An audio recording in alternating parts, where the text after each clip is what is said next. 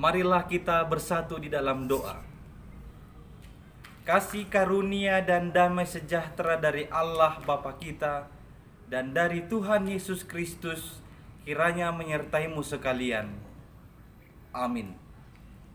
Bapak, Ibu, saudara-saudari yang dikasihi oleh Tuhan Yesus Kristus, Tuhan berfirman bagi kita pada saat ini lewat firman-Nya yang tertulis di dalam kitab Roma pasal 15 ayat 7 sampai dengan ayat 13. Saya akan membacakannya bagi kita semua. Mari mengikutinya di dalam hati. Beginilah firman Tuhan. Sebab itu, terimalah satu akan yang lain. Sama seperti Kristus juga telah menerima kita untuk kemuliaan Allah. Yang aku maksudkan ialah bahwa oleh karena kebenaran Allah, Kristus telah menjadi pelayan orang-orang bersunat untuk mengokohkan janji yang telah diberikannya kepada nenek moyang kita, dan untuk memungkinkan bangsa-bangsa supaya mereka memuliakan Allah karena rahmat-Nya. Seperti ada tertulis, sebab itu aku akan memuliakan engkau di antara bangsa-bangsa dan menyanyikan mazmur bagi namamu. Dan selanjutnya, bersukacitalah hai bangsa-bangsa dengan umat-Nya. Dan lagi, pujilah Tuhan hai kamu semua bangsa-bangsa, dan biarlah segala suku bangsa memuji Dia. Dan selanjutnya kata Yesaya, taruk dari pangkal Isai akan terbit, dan Ia akan bangkit untuk memerintah bangsa-bangsa, dan kepadanya lah bangsa-bangsa akan menaruh harapan. Semoga Allah, sumber pengharapan, memenuhi kamu dengan segala sukacita dan damai sejahtera dalam iman kamu, supaya oleh kekuatan Roh Kudus kamu berlimpah-limpah dalam pengharapan. Demikian pembacaan firman Tuhan. Saudara-saudari yang terkasih di dalam nama Tuhan Yesus Kristus, dalam suatu wawancara eksklusif yang berjudul Merajut Persatuan Bangsa pada bulan Mei tahun 2019 yang lalu, seorang pewawancara bertanya kepada Bapak Presiden Joko Widodo, apa yang menjadi falsafah hidup Bapak? Bapak Presiden Joko Widodo pada waktu itu memberi jawaban, ada falsafah kuno yang dia hidupi dan yang mempengaruhi kepemimpinannya di tengah-tengah jabatannya itu. Ada 3 falsafah kuno itu, falsafah Jawa itu. Yang pertama disebut lamun siro sekti ojo mateni, yang artinya meskipun kau kuat, janganlah menjatuhkan. Dan yang kedua, lamun siro banter ojo indisiki, meskipun kau cepat, jangan suka mendahului.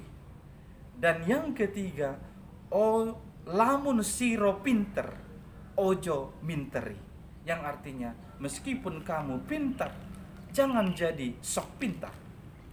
Saudara-saudari, 3 falsafah ini menurut saya sangat tepat sebagai pegangan hidup untuk merajut persatuan, baik di tengah-tengah bangsa, di tengah-tengah perkumpulan yang lebih kecil, di tengah-tengah masyarakat, di tengah-tengah keluarga, di tengah-tengah gereja, atau persekutuan apapun itu.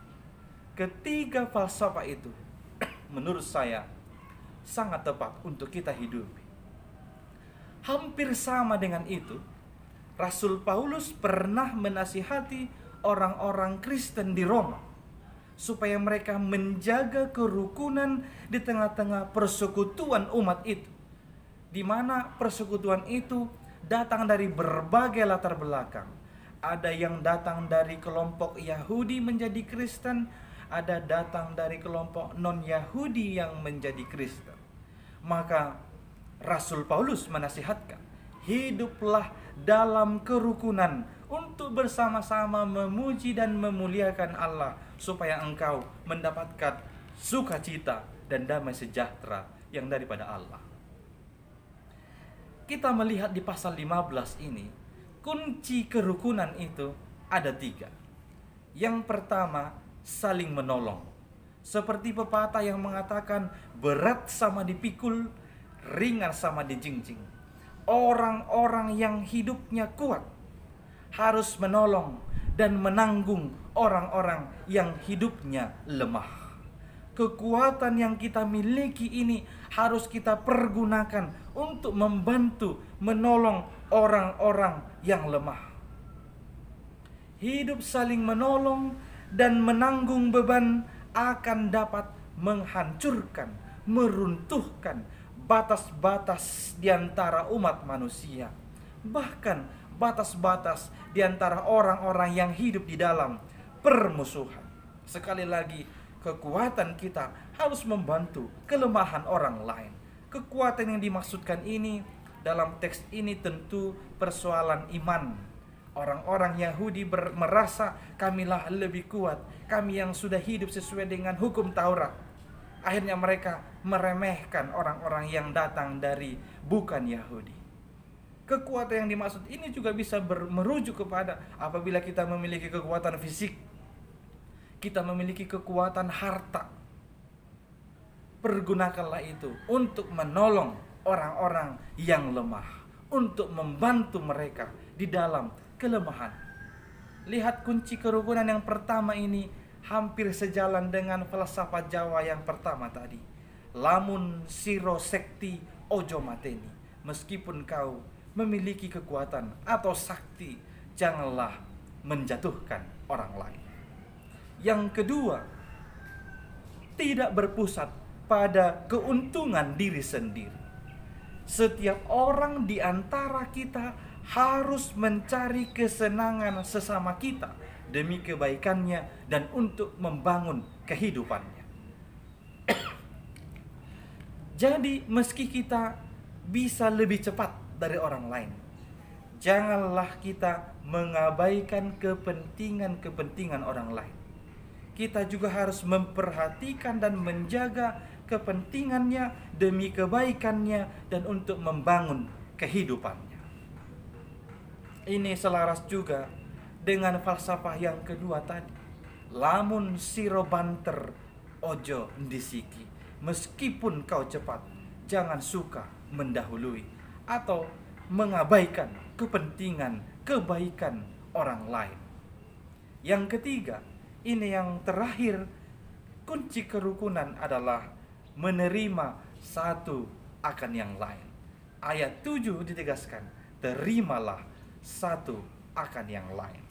Acuan saling menerima ini adalah sebab Kristus telah menerima kamu, sebab Kristus telah menerima saya, sebab Kristus telah menerima kita semua sepenuhnya sebagaimana adanya. Bahkan dalam keberdosaan kita, Kristus tidak memanggil kita karena kelebihan kita, karena kekuatan kita, atau karena kebaikan kita. Dia memanggil kita karena kita berharga di mata Tuhan. Engkau berharga di mata Tuhan. Kita semua berharga di mata Tuhan Allah kita. Demikian jugalah kiranya kita kepada orang lain, membuatnya, memperlakukannya berharga sebagaimana dia adanya. Tantangan kita untuk melakukan nomor 3 ini adalah lawan katanya, yakni penolakan. Kita melihat belakangan ini sikap penolakan itu sepertinya tumbuh subur di tengah-tengah dunia ini. Menolak agama lain, menolak suku lain, menolak orang yang berkulit lain dengannya, itu tumbuh subur saat ini. Dan itu menjadi keprihatinan kita. Dan yang lebih lagi kita bisa perhatikan, di masa kesulitan karena pandemi COVID-19 ini, ada banyak penolakan-penolakan yang kita saksikan. Ada penolakan terhadap tenaga medis tinggal di rumahnya, di daerahnya, karena dia bersentuhan langsung dengan pasien COVID-19. Ada penolakan terhadap pasien-pasien COVID-19 untuk dirawat di satu rumah sakit tertentu. Bahkan ada penolakan mayat yang disebut sebagai penyakit atau penderita COVID-19 untuk dikuburkan di suatu daerah atau di suatu tempat. Saudara-saudari, itu sangatlah memprihatinkan. Marilah menjauhi sikap penolakan yang demikian. Ingatlah, menolak sesama sama dengan menolak Allah yang telah menciptakan kita segambar dengan Dia. Sekali lagi, menolak sesama itu sama dengan menolak Allah yang telah menciptakan kita segambar dengan Dia. Jauhilah sikap demikian. Terimalah satu dengan yang lain. Hal itu hanya dapat kita lakukan jika kita bisa bergerak dari egosentris menuju kristosentris. Dari sikap yang mementingkan kebaikan, kepentingan diri sendiri menuju kepada kehendak Kristus. Karena ketika kita hidup dalam kehendak Kristuslah kita mampu menerima orang lain sebagaimana adanya. Dengan melakukan ketiga hal tadi, kita akan dapat hidup dengan rukun dan akan penuh kuasa menyatakan kemuliaan Allah di tengah-tengah bangsa-bangsa lain, sehingga bangsa lain akan datang untuk ikut memuji nama Tuhan Allah kita. Dan satu yang paling besar, kita akan diberkati sukacita dan damai sejahtera dari Allah Tuhan kita. Selamat menerima. Amin. Kita berdoa. Terima kasih ya Allah atas berkat-Mu dalam kehidupan kami. Terlebih Engkau telah menerima kami umat-Mu sebagaimana kami adanya. Terima kasih Tuhan. Dan pada malam hari ini kami tahu kami berharga di hadapan-Mu. Maka bimbinglah kami supaya kami dapat menunjukkannya dalam kehidupan kami. Kami dapat merajut persekutuan yang rukun di tengah-tengah dunia ini. Baik di tengah-tengah keluarga, di tengah-tengah masyarakat, di tengah gereja, di tengah-tengah bangsa ini. Tuhan, mampukanlah kami supaya kami mampu hidup saling menolong. Dan kami tidak mementingkan kepentingan diri kami sendiri. Dan yang terlebih kami dapat menerima orang lain sebagaimana mereka adanya.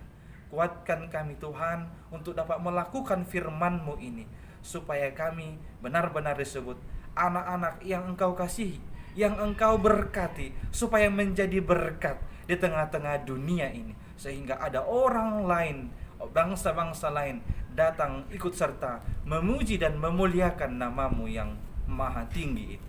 Tuhan, kami menyerahkan seluruh kehidupan kami, seluruh kehidupan keluarga kami. Engkau yang menjaga, Engkau yang memberkati dengan sukacita dan damai sejahtera. Dengarlah doa kami ini yang kami sampaikan hanya melalui nama anak-Mu, Yesus Kristus Tuhan dan Juru Selamat kami. Amin.